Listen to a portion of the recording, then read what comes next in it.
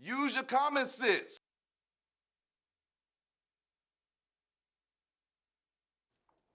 Use your common sense. Use your common sense.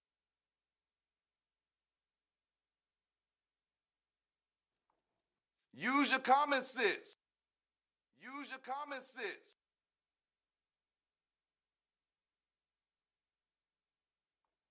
Use your common sense. Use your common sense. Use your common sense.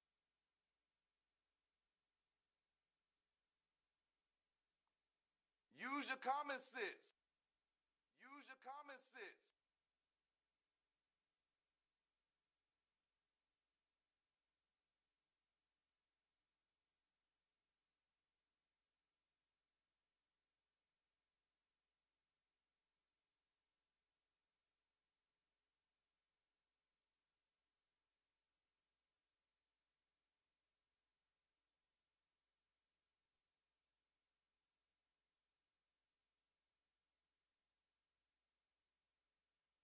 Should I unmute this?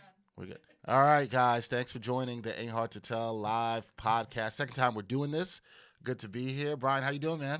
I'm trying to figure out if this thing works. We're good. All right, guys. Yeah, thanks why'd you think it wouldn't work? Ain't Hard to Tell live works. podcast. Are you hearing that? I am. Yeah. Yes. Good to be Okay. here. You Bryan, can how hear you doing? yourself. Are you happy that you can hear yourself? No, that's In the driving. past? That's gonna drive me Yeah, crazy. Yeah, that would drive me crazy. Are you hearing that? I am. Yeah. That'd be really weird. Okay. All right. I'm is still there- hearing you. Yeah. Is there a way we can fix it? No, No, that's driving- past. That's gonna drive me crazy. Yeah, that would drive me crazy. Well, you're still playing it through your. You got to mute. Yeah, that's why, because it's still coming through. It's still coming through, and you have the aux cable in. You see what Oh, I'm I figured out why that sound kept playing anymore. Yeah. Ah. Use your common sense. All right, now we got it. Yeah, use your common sense. yeah. All right, everybody, thanks for joining us. Those who were here. Now it makes sense why somebody said who gave Bryan the ox. Yeah. You're gonna have to look at the questions because I'm not gonna have. I don't know why anybody would give you the aux cord. Well, you could have it on. You could have just mute. Well, I said, okay. I'm I paranoid. Got you. I'm paranoid. I now. got you. No, I got now you. I'm paranoid. I got you. We'll let you be paranoid. How are you doing?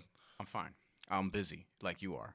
No, You were not celebrating last- your birthday. My birthday. It's birthday weekend, so I'm, I've been chilling. Covering Tribeca Film Festival for the first time. Nice. How was that? Got a couple of stories that I'm looking forward to. The Felipe Lopez one, I'm really looking forward to putting that together because I think that could be one of the most important things. These are two of the most important stories that I have. So I'm doing one on the Felipe Lopez documentary that's going to come out Tuesday.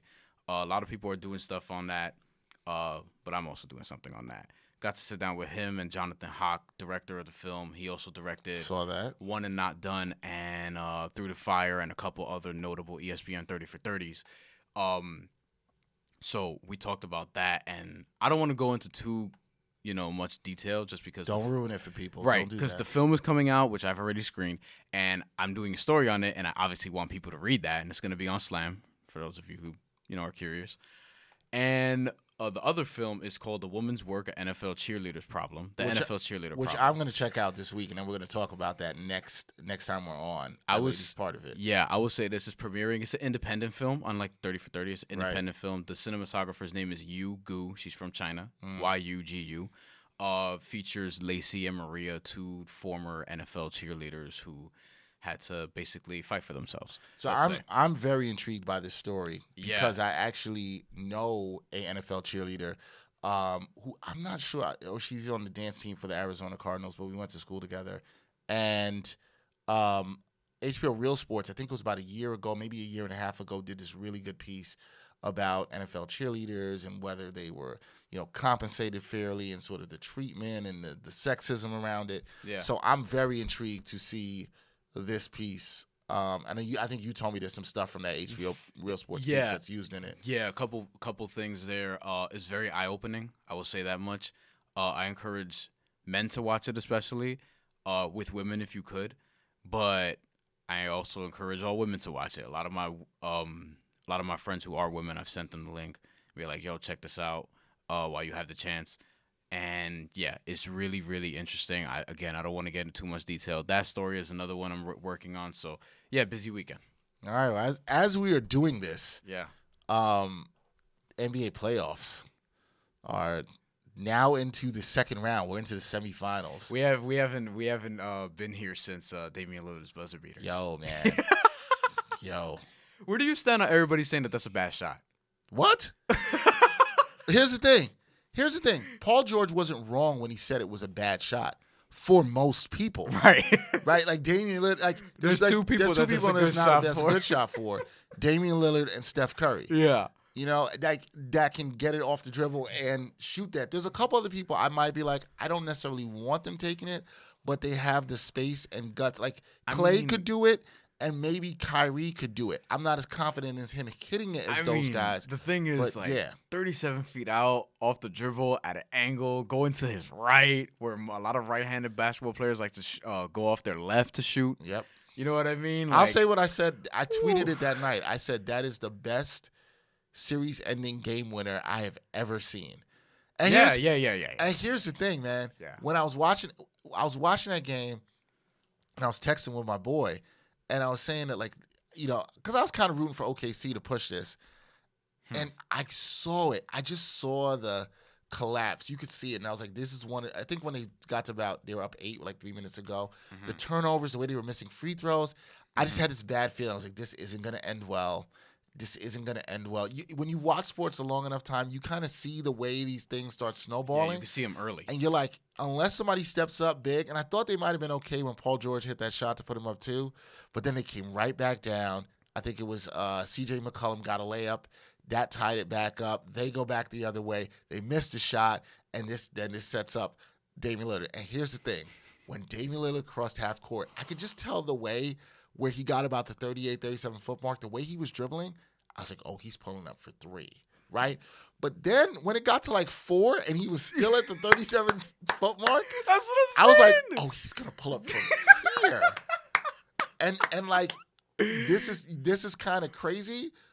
But and I started in my mind, I was like, well, I remember what happened a couple years ago in Houston. What if he hit another one? Like all this is happening with 8 seconds down the clock. I had the same. And reaction. then he hits it. Yeah. And I have to contain all my excitement because I don't want to wake up my daughter. Yeah. So I'm just like, yo, this is crazy. Oh man. And then you know what makes it more iconic? The swagger Damian Lillard had after that, waving by to the guys, and just the look on his face. Look in the camera, just I did that because I'm supposed to do that. Yeah, I got Russell Westbrook up out of here. And what's crazy After is he said he's been busting my ass every time we play each other. He was until Dame was busting his ass too. Yeah, he was, but Dame's gave it back. And here's the thing: Westbrook actually had a good last 2 games. Westbrook actually played really good in the second half of that game.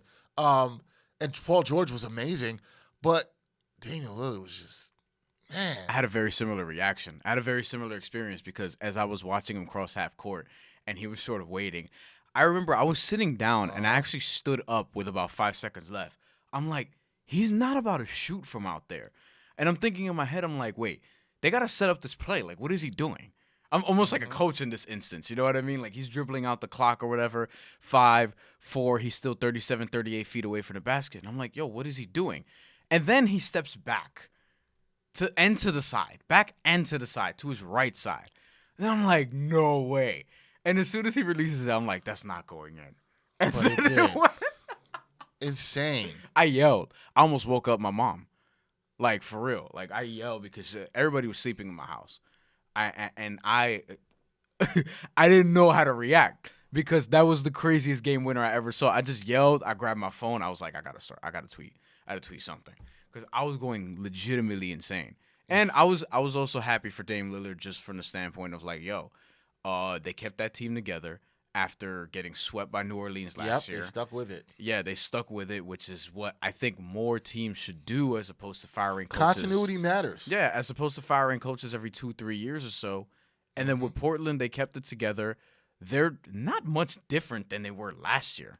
All they are is just a year more experienced, especially playing together. And they don't have Nurk now, but they were still able to win that series and make it to the next round. And I think that they should be a legitimate threat to the Golden State Warriors if Steph and Clay are actually injured. More so Clay because I think his injury is a little more severe, it sounds like. Well, it sounds like you're putting them past Denver. Oh, right yeah.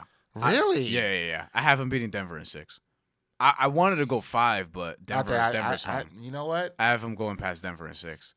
I'm rooting for that, but I actually don't think that's going to happen. You think Denver's going to win that series? I do. Really? I do. I'm shocked at that. You know what? I had San Antonio beating Denver, And Denver barely beat them. I had San Antonio winning in 7. I didn't get that right. But I think, you know what I saw from Denver? I saw some good execution. I saw them growing up. I think it was a good series win for them under their belt. Portland should be – I would like Portland more if they had Nurkic in this matchup. I don't disagree. Because I don't think they have anybody that can guard Jokic. I agree with that. And But I don't think Denver has anyone that can guard Dame. I don't think Jamal Murray could guard Damian Lillard. I don't think so, but like I think they could take their big and they can pull him out, and he passes so well from the high post. I don't like that matchup for Portland's bigs. Now, the thing was, I love Steven Adams, but Steven Adams isn't Jokic, and they were able to get by against OKC.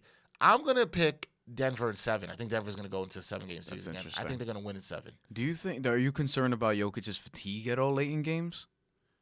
Because I do see him slowing up. I saw it in Game 7. Yeah, I saw it in a couple other games that series. I get more concerned late in games with him when he seems to gets frustrated, makes these dumb fouls. Yeah, that I see him doing late in games. That bothers me. Jokic is really good, man. He can really pass. He's so he's not like quick, but he's kind of like Luka, where he knows how to get to his spots and he passes well and can hit shots. He's a little tougher than I think. He still needs to get more tougher to me. Yeah. And not make stupid fouls late, but he's so good, and I'm not sure Portland's going to have an answer for him. But like you said, I'm not sure they necessarily have an answer for their guards. If Portland wins, this is a really good series, I think. If Portland wins, am I shocked? Nope. If Denver wins, am I shocked? No. I think Portland has a better chance against Golden State. That I agree with, but I'm not sure how much of a better chance it is. Really. I don't disagree with that either. I think Denver's a bad matchup for Golden State. I love Denver's balance, but I agree. It's tough for a team where their best player is their center to play against Golden State. I agree because Golden State beats you at every other position except center. I agree with that. And a lot of times they'll beat you with center if DeMarcus Cousins were healthy, but now he's not, so that makes him, I guess, a little weaker. I'm beginning to lean towards Golden State not winning the finals, though. I'm at that point where I'm not there. I'm there. I'm there. DeMarcus Cousins, now these other injuries, and Kevin Durant's kind of carrying them more often than he should be. You know what I mean? I just don't like the way they look. One more thing on Jokic though. So this is very random, but the other day I went back and I was watching the 2014 NBA draft. Not the entire thing, obviously. I hope not. No. But I wanted to see a couple things, right? So I was looking back, and there was a lot of hype for that draft. Some people, I forget who, if it was Jay Billis or one of the other guys, said that they thought this was going to be one of the best draft classes in a long time, which it clearly is not. Nope. Nikola Jokic is probably the best player from that draft, and they didn't even talk about him on the broadcast. Who's number 1 pick in that draft? Andrew Wiggins. Yeah, that's how much I forgot about that draft. Jokic was not even talked about. That's ridiculous. He was picked. He was one of those guys that was picked during the commercial break. So then when they came back, they're like, these were the last 5 picks, 49, 50, 51, 52, 53. They didn't talk about him at all. He was, no. No, I had a 39, 40, 41, 42, 43. Yep. He was not talked about at all. Bill Simmons, interestingly enough, was very high on the Spencer Dinwiddie pick, who was 37. Or 38, actually. Well, I mean, for what he is now, he ended up not being wrong. That's what I'm saying. I was like, Bill Simmons actually nailed that one. But they didn't really talk about Jokic at all. And I found that very interesting. Maybe. Well, I mean, sometimes a lot of these guys haven't done their European scouting, haven't done all the international scouting. And when it comes to the end of the draft where the picks are so quick, they have to make that time for the commercial break. So they're going to choose who they don't talk about. I know. And he just got left. But now everybody's talking about him. So it works out like how it's supposed to work out, I guess. He's the best or second best player in the draft, depending on where you put Joel Embiid.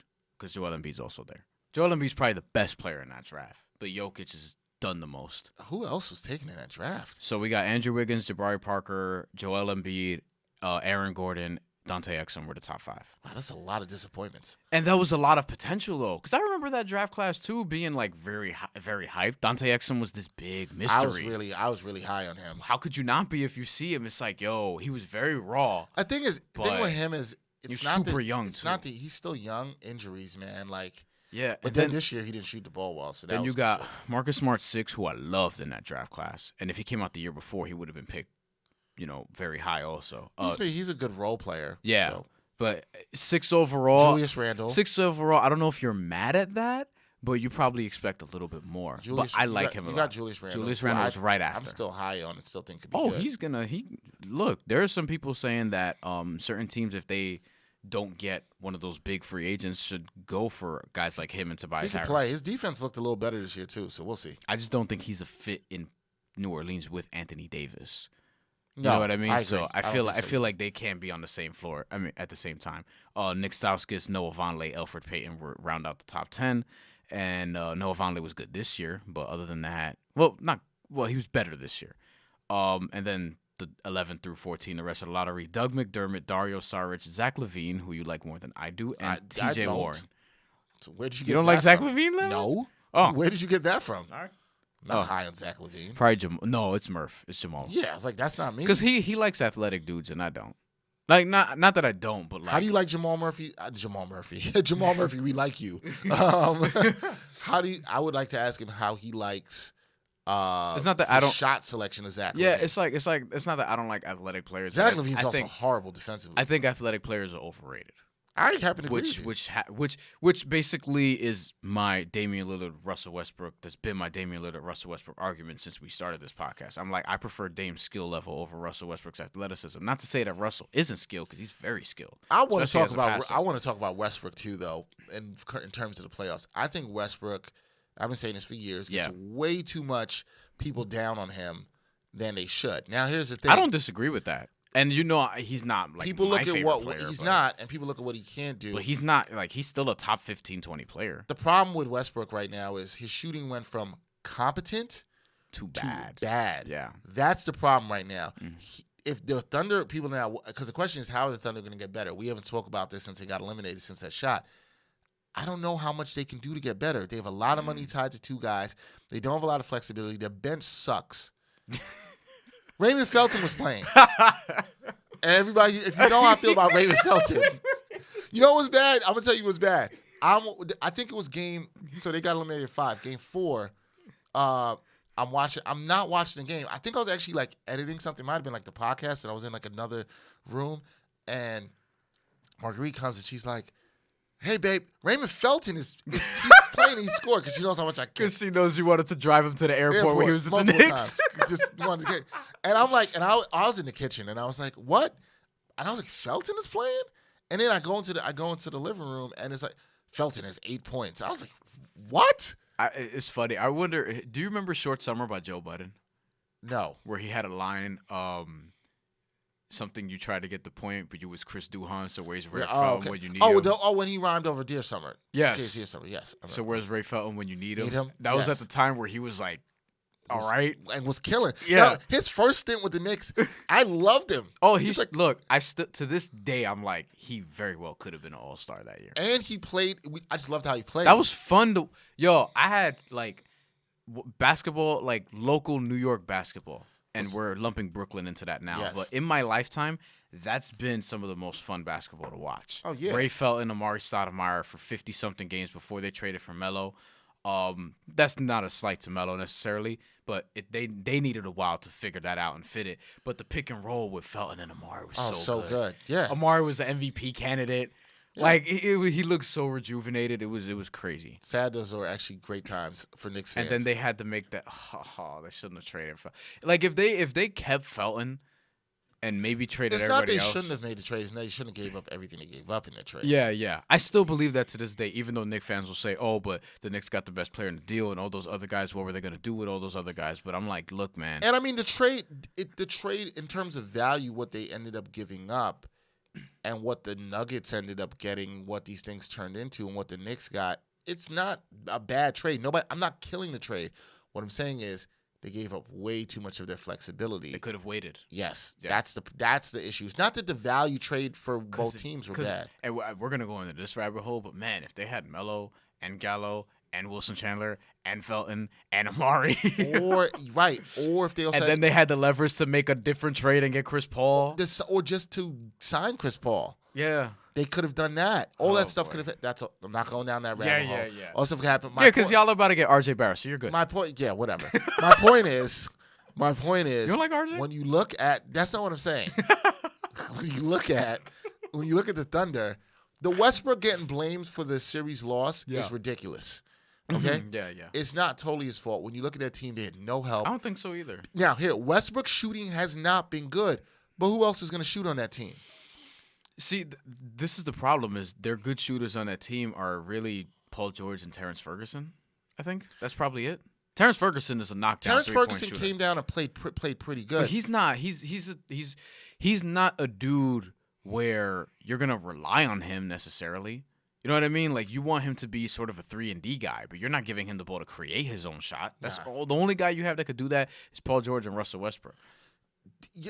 Man, that's the problem, though. Where do you stand with the people who say that they shouldn't have traded Melo? Hindsight's 20/20, but they did need that kind of player. Preferably if he was a better 3-point shooter. Here's the thing. What I think people forget is Melo being traded had nothing to do with the fact that he couldn't hit shots. He actually played in a role and was spotting up and hitting shots and doing that. The problem is he can't guard anybody. Yeah. That's the problem. And you can't have a 3-4 out on the floor, playing a 4 on that team, that can't guard. That was look at what's happened to the guys like that who can't guard in the league, and guys who can shoot. Ryan Anderson can shoot. Where's he playing? In Phoenix, doing nothing. You know what's funny is that with Carmelo Anthony, he's had kind of that problem for the majority of his career, just because, like, when he was with the Knicks and he was killing, and Mike Woodson put him at the 4, and he was the MVP candidate, and I think he was a scoring champion that year, the 54-win season. Yep. The problem defensively was, he's too small for David West. He's too small for these other guys, so he's getting abused, which isn't his fault. And then the game changes, and now he's too slow to guard 4s because the 4s are taller, thinner, quicker, more athletic.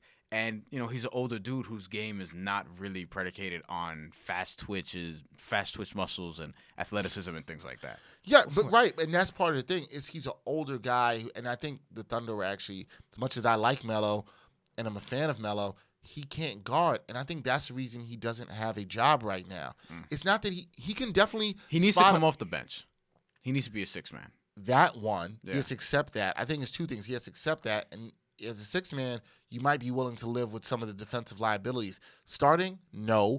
Playing crunch time minutes where it's a very close game.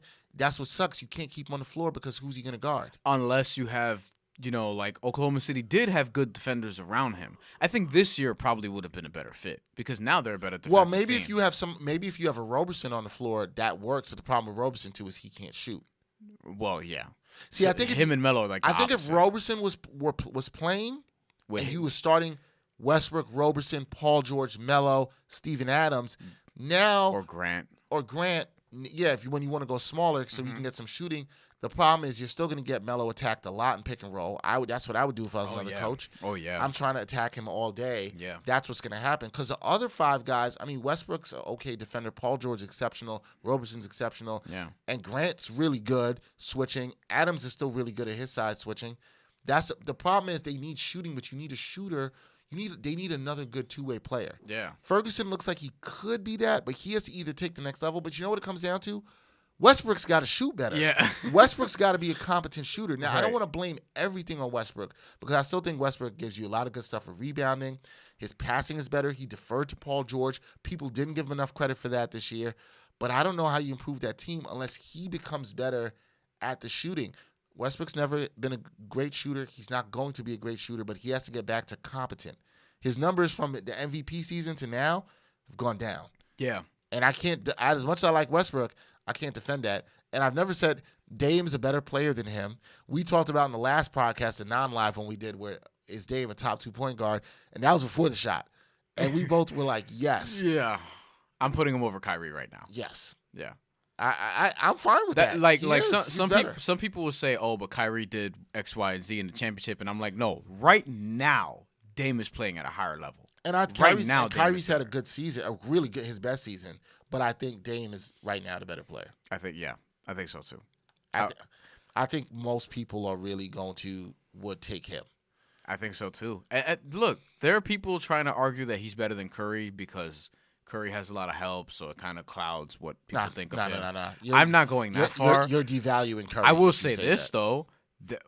why can't I rank them 1 and 1A? You know what I mean? Like, it's close. That's fine. I to think me. players are closer than people want to admit, and this is my whole case with the Kyrie Kemba thing. It's like players are closer than we Here want we to. go. No, players is closer than we want to admit. It's just with a lot of people, it's about fit.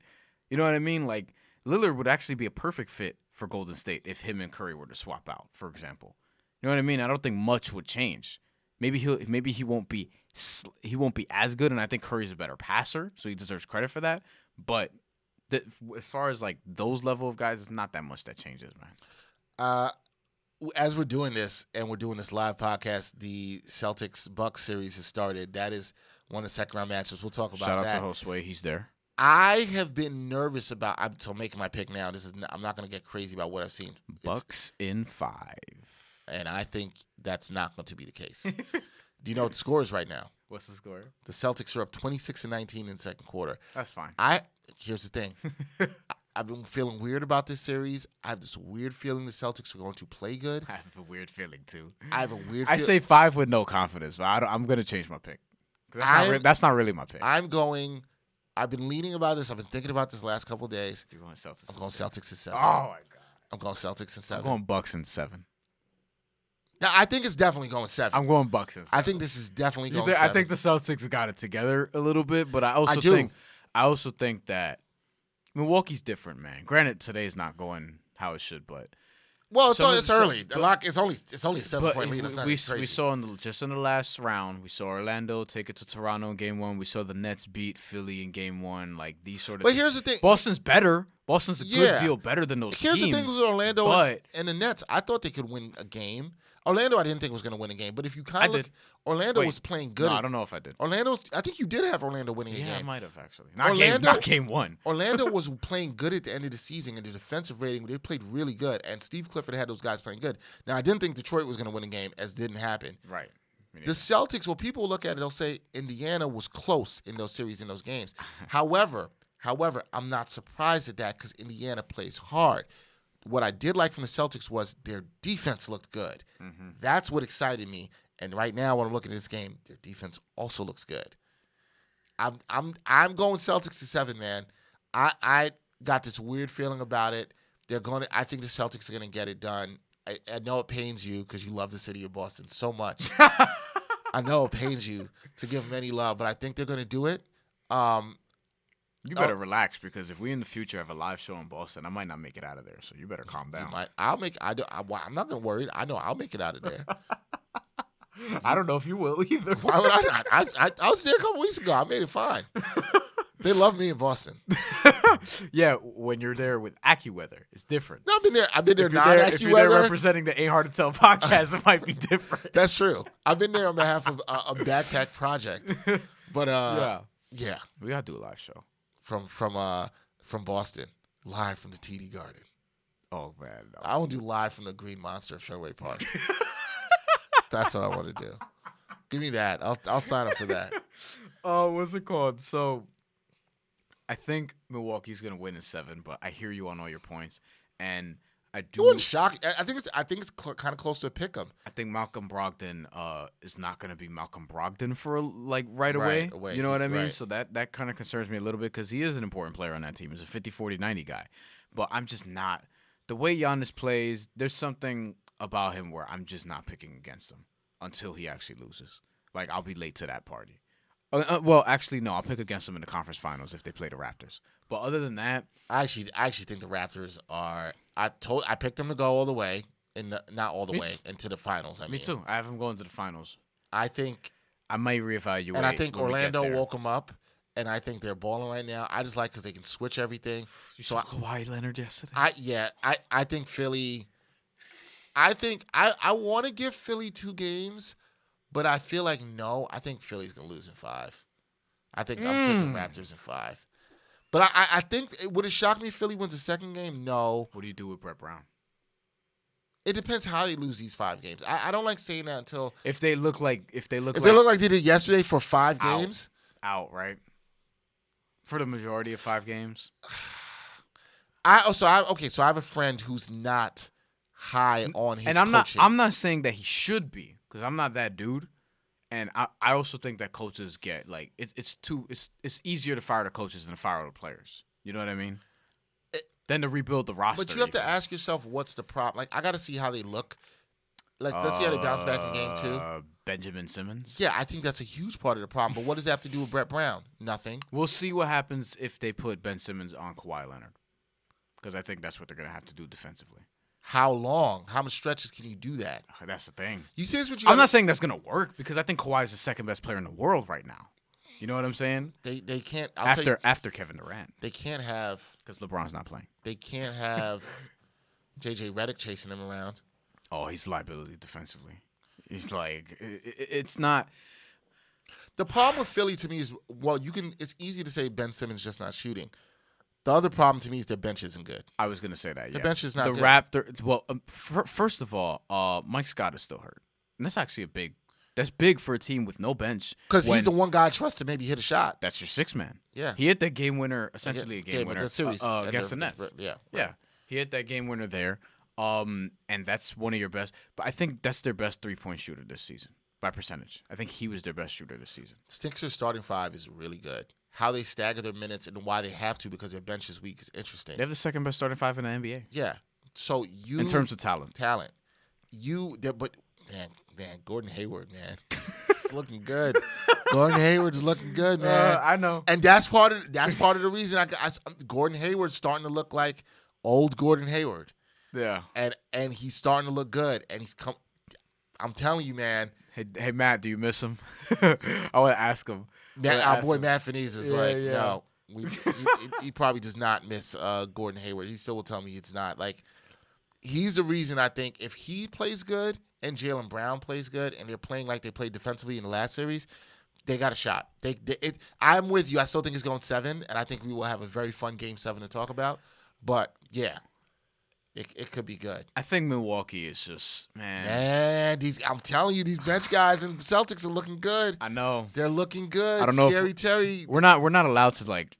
I can't do, you can't do play-by-play. Yeah. While something's going on. Yeah, especially because we're live and it's live. But I can say what I can see who's looking good. Yeah. They're looking good. Yeah. That's all I'm saying. Yeah. I'm not going to give play-by-play here, but. Now, man. You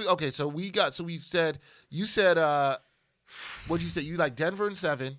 No, I like Portland in 6. You like Portland in 7. No, I like Portland in 6. You like Portland in 6. Yeah. I like Denver in 7. Because that's their home game. I have them closing there. I have them stealing one of the first 2 in Denver. But I'm rooting for Portland. Okay. I have. That makes sense. I have That's your computer. I have Portland in 6. I have Milwaukee in 7. I have Toronto in 5. I'm with you. You're with me on Toronto. I had it at 7. I had it at 6. Toronto in 7? I had it at 7 right before Game 1 started. Then right before Game 1 started. You know what? I'm gonna flip back. I'll give Philly another game. I think they're gonna bounce back tomorrow. I think they'll win tomorrow. You're pulling a me, and you're making me want to pull. I'm being indecisive. Yes, and you're making me want to pull a me. I'm gonna give them. That's a tough one. I'm gonna give them another one. I feel like I want to too, but I just outside of Joel Embiid and Jimmy Butler sometimes, but outside of Joel Embiid, I don't know if I believe in that team that much, and then their depth. And I think that I think Joel Embiid's gonna get his every game. I think whether or not how they respond in Game 2 will be very telling to me whether or not they'll get it to 6 or it'll be 5. You could argue that if you're ranking, this is an interesting thing to me because as good as their top end talent is, meaning Philadelphia, if you're ranking who are the top 5 players in that series, because we did this with Philly and Brooklyn, and pretty much everyone has D'Angelo Russell 4 or 5, but that's irrelevant now. Yes. Philly, Toronto. The best player in that series, to me, is Kawhi Leonard. Then Joel Embiid. Yes. Then it gets interesting. Ooh. Because you could, if somebody the way said he's Siakam, playing now, I wouldn't be mad. The way he's playing now, I wouldn't be mad if somebody said that. Look, ran a poll yesterday on Twitter. Yeah, still going on. I would not be mad if somebody said that. It probably is. That's what I'm saying.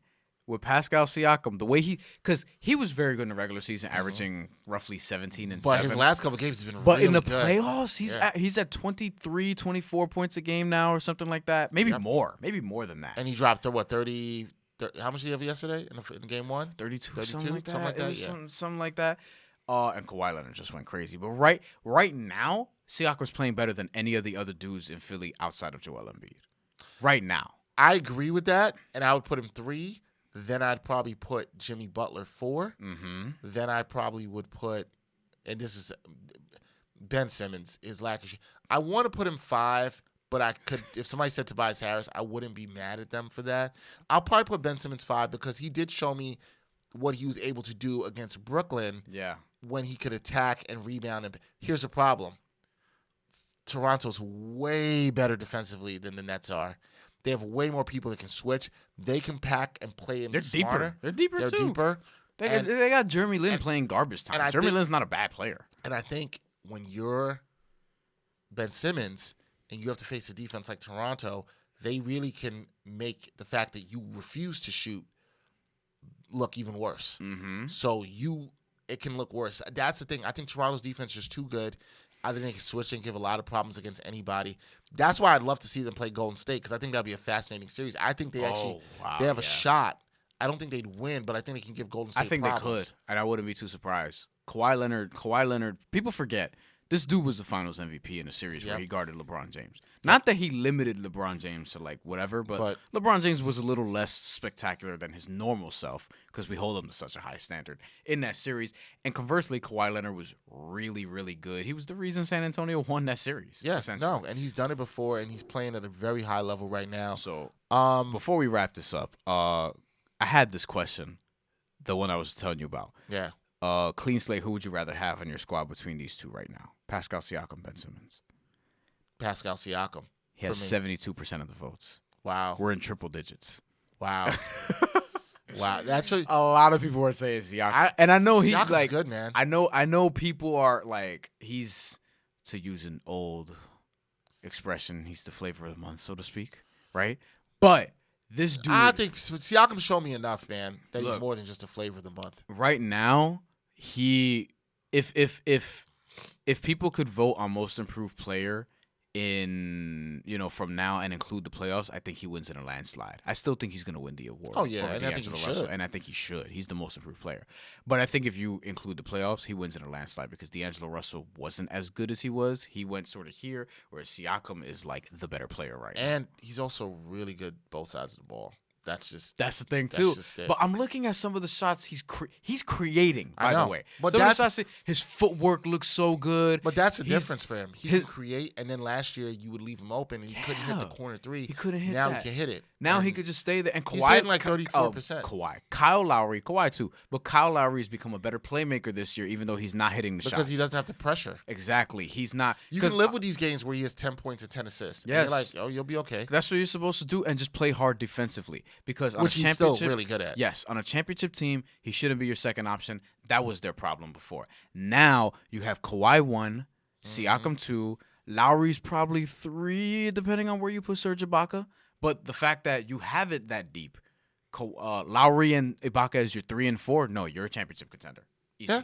I love that team. And that's why I like them to come out of the East. And the one other point before we touch on Rockets, Warriors, the other thing is, look, man, Gasol plays Embiid extremely well. Yeah. If anybody's watched the games he played against him in the past, even when he was in Memphis a couple times. Better than I expected. He plays him very well. I was a little concerned. And Gasol, you can argue, is maybe the 4th, 5th best player. I know he's getting older, but you can argue Look at the top 5. He's still good, man, and he plays good defense. And they all those guys are rested and ready for the playoffs. I just think Toronto's a better team. They're deeper. They're better defensively. Philly, I think, has still things to figure out. To go back to your question, I don't think Brett Brown should be fired, but I do think he could be a casualty if this ends in 5. It's the popular thing and they to look do. bad, and they look really bad. Still waiting on the return of OG Anunoby. He didn't play game one, and he's a player who plays. He plays playoff minutes for these guys. And we still haven't mentioned my boy Fred VanVleet, who I really like. That dude is tough, also. And look, they're just deeper. Like Fred VanVleet, you're talking about him being maybe the best backup point guard left in the playoffs. Yep. Maybe. Off the top of my head, I can't think of anybody outside of maybe Terry Rozier that's better than him. Yeah. I'd agree with that. Rockets and Warriors, who do you like? I'm not a big believer in Houston the way our friend Gerard is, and probably to the degree that you are, except they've really impressed me in that Utah series. They impressed me toward the end of the regular season, and Golden State has those injuries that we talked about. I like Golden State to win, but I think they're going to mess around, and it's going to be a 7-game series. But I'm not going to be 7, huh? Yeah, but I'm not going to lie. if Houston won, I don't think I would mind that at all. Just from a basketball admirer's standpoint, I would not mind that at all because it's like now, Kevin Durant's up out of there, and that's just interesting to me. Just that whole situation and every report, teammates going. Would that bring you some relief in the fact that if they lose in the second round, that like, this is over. We know he's out of here. We don't have to really. Yes. There's still speculation, but it kind of like takes that out of that. To right? some degree, it's weird. I kind of agree with Kevin Durant. Like sometimes I do just want to focus on the game, but I understand why we get so wrapped up in the transactions because it is fun to talk about. Right. You know what I mean? It provides us with content that we can create out of it. Sure. But sometimes I just want to celebrate the game also. You know what I mean? So with that being said, I think Golden State's going to win in 7. And I think Houston is going to really, really push them, sort of like how they did last year, but I think Golden State's ultimately gonna beat them. But I'm going to add this in. If Houston wins, I wouldn't be totally shocked. Given the way the Clippers pushed them and given the way Houston's playing right now, I would not be shocked if Houston wins the series. I'm going to go Golden State in 6. I think Golden State just is too much. I think the Clippers series actually is a good thing for them. I think it may have woke them up a little bit, but I do think Houston's playing confident right now. It's real. Their defense looks scrappy. Utah, I think, was a horrible matchup for Utah against them. I don't think they could have done well. Utah did what they did. I thought they'd win a game. I thought that was it. I had them winning the series. Yeah, I didn't have them winning that series. In 7, but still. Yeah, I think I'm high in I like Houston's confidence they're playing right now. They're not going to be scared. I don't think they're as good defensively as they was last year, but Harden is better than he was last year. Yeah. Chris Paul's not as good as he was last year, but one thing I'll tell people, if he's healthy, I am always concerned about playoff Chris Paul, and I think Chris Paul's going to come to play. I think Chris Paul's going to have a really good series. Can Eric Gordon be good? Can they continue to get some of the contributions they got off the bench from some of the guys, Austin Rivers, Iman Shumpert? Can he get these House? Can he get these guys to really play good and play good? If you get Golden State turning over the ball, because that's what I've been seeing with Golden State in the playoffs. When they're sloppy with the ball, that's when they have problems. Yeah. And they look disengaged. Yeah. If they're taking care of the ball, if Golden State's taking care of the ball, it still will be tough for Houston. Houston can score with them, but if they're not giving you extra possessions, I think Golden State wins this. I still think the talent's going to rise up. I think they've woken up a little bit. Look, people will criticize them and say, well, how could you not be waking up? This is the playoffs. When you've done what they've been doing for this long, tired. Mentally you're gonna get fatigued. You're tired. You've been basically playing like an extra season through all the playoff games. See, losers don't understand that because sometimes winners get tired of winning. You know what I'm saying? It happens. I think you're tired of the grind that goes with it. You're never tired of the winning. See, here's the thing. It's the grind that comes with it. Here's the thing people gotta realize. Like, you get July and August, and other than that, it's September. Yeah, some of that, but a lot of guys, they'll start early. And, there are summer workouts and things like that. But for the most part, you're going hard from the end of September. And if you're LeBron for the last almost 10 years. Yep. You're going from September, you're already in training camp, and then it's all the way till June. You're talking about 9 straight months of just, oh, my God. Like, I don't know how Golden State's done it to this point. Guys are getting banged up. And Klay Thompson, that concerns me because he is their best perimeter defender, other than probably Draymond Green. They said his ankle before we do this. His ankle supposedly they did I don't know if it was an MRI, but it came back clean. He's gonna do some warm ups obviously before the game. They're gonna see if he's ready to go for game 1.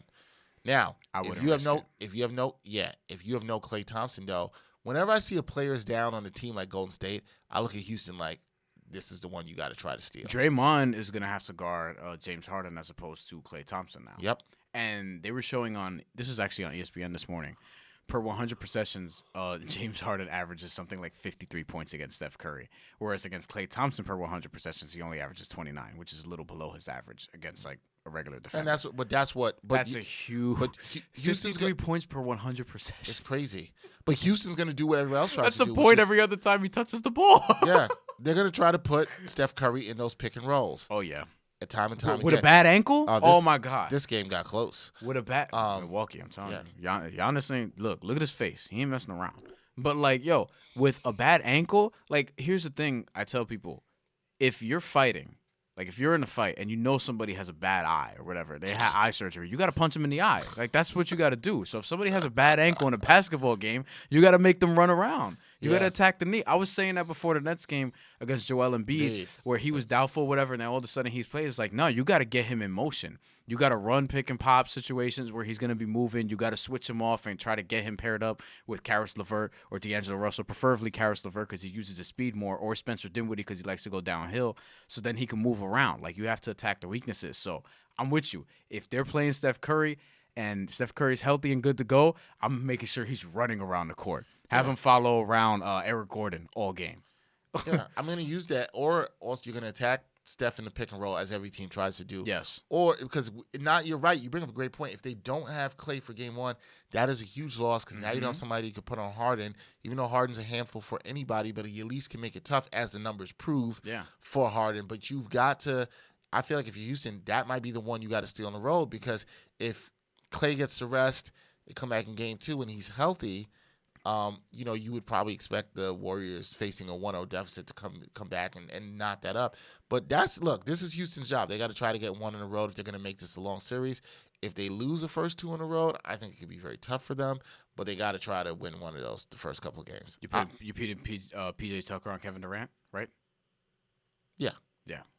He's not going to shut him down, but I think I need him to antagonize him if I'm Houston. Yeah, like, you got to get a flagrant every game. I mean, I don't know what other options. Get a flagrant foul every game. You can't do that. Flagrant one. Flagrant ones. I mean, you get flagrant twos. You're not going to play any. You're going to have games you're going to lose playing. So yeah, that's me. I got Golden State in 6 though. I think they figure out to do it. I just think they still have too much talent. And I think they figure out to do it. But I think, hey, these second round matchups are going to be good. I think these are great on the people. We got the top 4 seeds each side, right? I think we got the top 4 each side. Yeah, we did. Top 4 each side. There you go. There were no upset series. Yeah, and people were saying, "Oh, hockey's better because it's parity." Man, playoff hockey's cool. Well, San Antonio, a lot of teams could have. I don't want to see. Look. I love the Clippers. I love what they did. Right. I don't know if I want to see them against Houston in the next round. The only series I would not have minded seeing the Spurs against Portland. That would have been a good series. That would have been fine, yeah. Because the Spurs are actually probably better than the 7th seed in what Pop gets out of that talent. And you know what I'll say about the Spurs? First of all, can we touch it? How did the Spurs not foul at the end of that game last night? Apparently they couldn't hear, so I don't know. I don't understand. I wasn't there. The arena seemed very loud. How do players not know the situation? That always bugs me out. Now that's valid. You got to know the situation as a player. You can't just rely on the coach. I didn't know what was going on because I had that on and Bellator on at the same time, and then I was like, wait, did they just not? Before we're done with basketball, what I will say about the Spurs is I don't think the Spurs are in bad shape as many people think they are. I like some of their young guards in the backcourt. Yeah. Derek White is really good, even though he did not play down the stretch of Game 7, because Bryn Forbes actually played really good. Mm-hmm. Those kids are tough. And don't forget, DeJounte Murray's coming back. And don't forget, Lonnie Walker's going to have another year in the fold. The Spurs are not as bad as people think they are. Bertans plays well for them, the Latvia kid who can shoot, needs to get better defensively. Proto needs to get a little bit tougher. But they got players, and they're deep, and they're not that bad, man, as people think. You would still like to see DeMar DeRozan and LaMarcus Aldridge take their game a little bit outside the three-point line, but that's a whole nother story. Not Pop. He don't want that. Do you think they could attract a big free agent? No.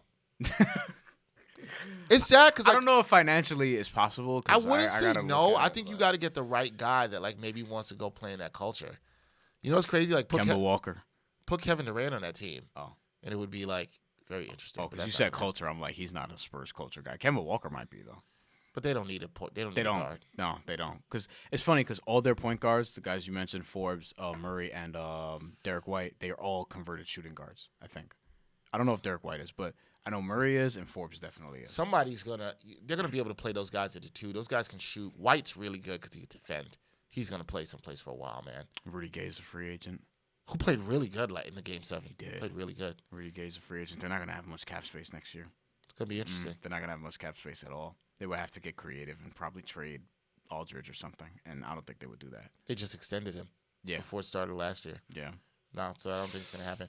It's interesting. All right, but I had a good birthday weekend. I know you want to talk about something I did on my birthday. You want to do that here or in the actual episode? We gotta do that in the actual episode. We could do it in the actual episode. Yeah, we can talk about it. We could wrap this up. All right, we got another episode coming soon. We'll talk about that and my birthday adventures where I did a little skydiving indoors. People, indoors. We gotta save that. Indoors, we did that. Thank you. I know a lot of people probably watching the basketball, so they weren't able to tune in, but you can go back and still watch this on YouTube. Continue to support us on all our platforms. We got some more episodes coming up soon, some more guests. So definitely stay tuned to that. T-Public here. Sportswalk Season 3 coming soon. So definitely tune in for that. For Bryan Fonseca, I'm Dexter Henry for the Ain't Hard to Tell podcast. Until next time, y'all. Peace.